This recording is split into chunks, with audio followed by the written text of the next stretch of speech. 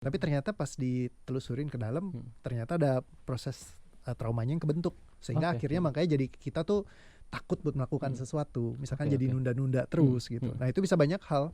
Dan kalau sekarang banyak penelitiannya macam-macam gitu ya. Jadi terkait dengan trauma sendiri justru malah mempengaruhi ke banyak hal di dalam aspek kehidupan. Jadi kayak behavior yang quote and quote terjadi gap antara kita tahu tetapi kita tidak melakukan. Itu salah satu indikatornya. Jadi misalnya aku tahu nih mesti rajin, misalkan mesti kerja rajin gitu ya. Tapi kok kayak malas banget mageran gitu. Iya sering ya, kayaknya itu masalah budak korporat gitu biasanya. Nah dan seringkali kadang-kadang kita merasa bahwa ya masa sih gara-gara trauma, nggak mungkin lah gitu kan.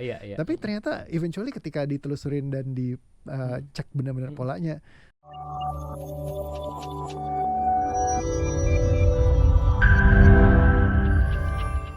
Mungkin kita mau kenalan dulu. Banyak orang yang sering kali dikit-dikit ngomongnya, enggak aku trauma gitu ya. Seru jalan-jalan ke tempat enggak aku trauma sama ketinggian. Tapi kan sebenarnya enggak semua trauma ya. Ataupun juga mungkin memang itu trauma tapi hanya memori buruk saja. Tapi kita mau kenalan nih sama trauma sendiri. Ini tuh apa sih sebenarnya trauma? Apakah ketika kita lihat air, aduh takut dulu pernah tenggelam, itu bisa dikatakan trauma atau tidak? Nah sebenarnya apa sih trauma itu? Yes. Sebenarnya trauma itu lebih kayak reaksi yang muncul. Jadi reaksi emosinya kita kalau kita mengingat sebuah keadaan tertentu. Ya jadi kayak misalnya ke trigger atau semacamnya kan, memori kita kayak bisa ke flashback lagi ke pengalaman kita di masa lalu. Nah kadang-kadang mungkin dia nggak ke flashback tapi tubuh kita yang bereaksi sendiri. Jadi dia lebih karena reaksi fisik sih.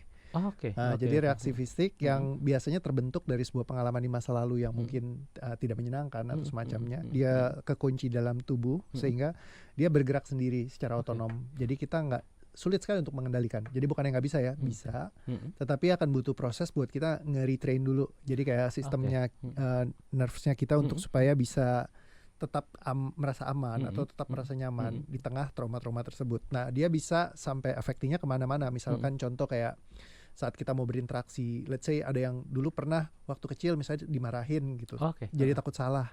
Akhirnya kadang pas lagi mau maju misalkan di depan panggung takut salah juga gitu. Nah betul, kayak gitu biasa kita cuma mengidentifikasikan sebagai kayak ini kayaknya aku cuma masalah biasa deh. Tapi ternyata pas ditelusurin ke dalam, ternyata ada proses traumanya yang kebentuk.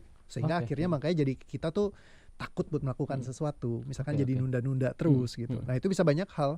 Dan kalau sekarang banyak penelitiannya macam-macam gitu ya. Jadi terkait dengan trauma sendiri justru malah mempengaruhi ke banyak hal di dalam aspek kehidupan. Jadi kayak behavior yang quote and quote terjadi gap antara kita tahu tetapi kita tidak melakukan. Itu salah satu indikatornya. Jadi misalnya aku tahu nih mesti rajin, misalkan mesti kerja rajin gitu ya. Tapi kok kayak malas banget mageran gitu. Iya sering ya, kayaknya itu masalah budak korporat gitu biasanya. Nah dan seringkali kadang-kadang kita merasa bahwa ya masa sih gara-gara trauma, nggak mungkin lah gitu kan.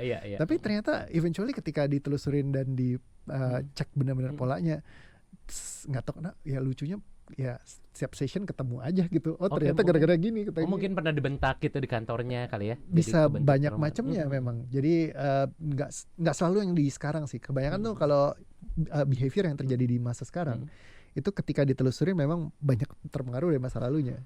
Artinya ini banyak trauma-trauma yang sebenarnya tidak kita sadari. Ini membentuk keseharian kita, gaya hidup kita, dan makanya ini kita harus cari tahu gitu ya Coach ya. Betul, karena kalau kita nggak tahu nanti ngubah polanya jadi dari level psikologis aja, jadi lewat pikiran kita.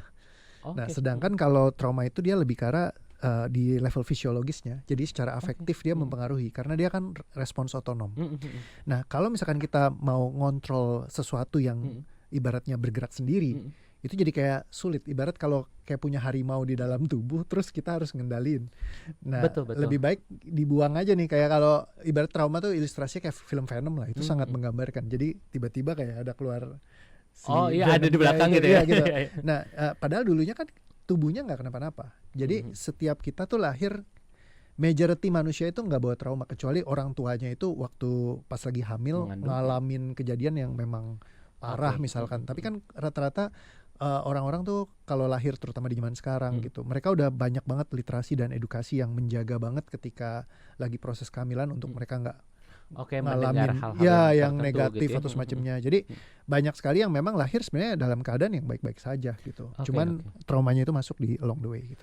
Tadi ngomong soal trauma, ini sudah 2 kali disebutkan bahwa sebenarnya trauma adalah sebuah reaksi tubuh, bukan hanya psikologis saja, tapi juga di fisiologisnya. Ini ada sebuah respon.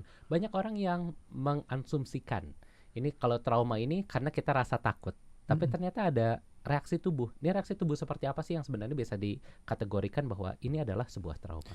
Sebenarnya bukan cuma takut, ya kebanyakan sih memang kita definisikan kayak takut ya. Jadi kayak kalau menghindari sesuatu kayak gitu.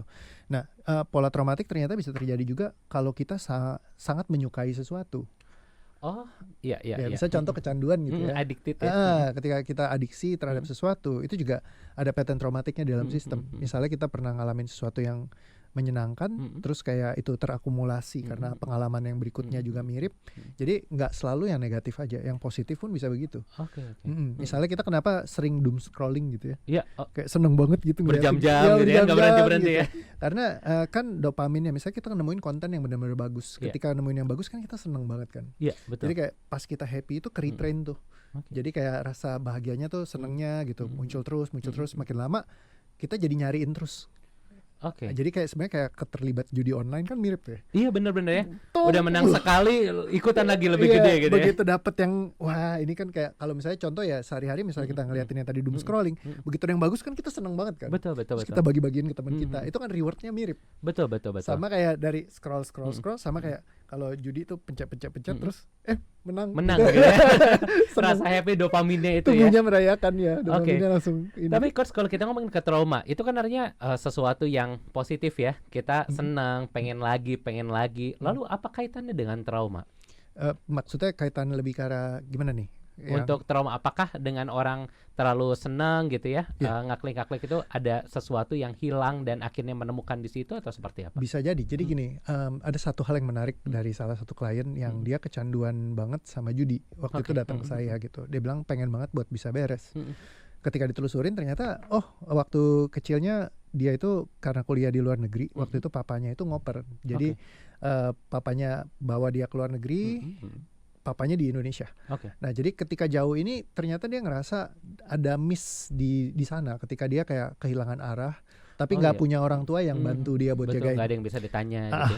Nah, jadi dia punya janji hati sama dirinya sendiri karena begitu dia ngerasa derita di saat itu, dia punya komitmen bahwa kalau nanti gue punya anak, nggak boleh ngalamin kayak gue. Jadi ketika kayak gitu kan dia karena ibaratnya pahit banget dan susah jalaninnya, walaupun di luar negeri kan supposed to enak nyaman gitu ya, tapi buat dia itu cukup sulit. Nah, jadi dia pengen anaknya itu nggak boleh sampai kayak gitu. Nah, jadi niatnya baik, dia pengen supaya nanti anaknya itu ketika udah dewasa, pas lagi masa kuliah harus bisa dibawa semua ke luar negeri. Nah, jadi dia mempersiapkan itu secepat-cepatnya. Nah, usaha biasa kurang cepat berasanya. Betul. Jadi akhirnya ketika ketemu judi segala macam, jadi semua yang dia kerjakan itu spekulasinya yang tinggi semua. Gitu. Jadi kayak bisnis pun ya segala cara yang penting dapat dana freshnya tuh cepet gitu. Nah itu ya jadi akhirnya affecting ke kehidupannya, begitu ketemu benturan-benturan tuh devastating banget. Nah akhirnya waktu ketemu ya udah diberesin, selesai di sana udah. Abis itu baik-baik aja tuh, jadi udah nggak ada keterlibatan sama urusan yang perjudian lagi. Terus kalaupun diajakin, weh gimana nih sekarang kripto lagi bagus, saham lagi begini, terus dia bilang, enggak lah, gue udah begini aja. Jadi udah bisa milih sendiri kayak gitu. Jadi ada diversifikasinya bisa dilakukan sama dia. Jadi nggak yang sembarangan lagi gitu. Nah kalau dulu ketika semuanya serba otonom, dia nggak punya kontrol atas itu, kayak susah banget. Makanya jadi orang kayak kecanduan judi. Bahkan sampai udah kayak berkali-kali ibaratnya sama keluarga itu kena ultimatum, tapi masih karena tubuhnya yang bergerak.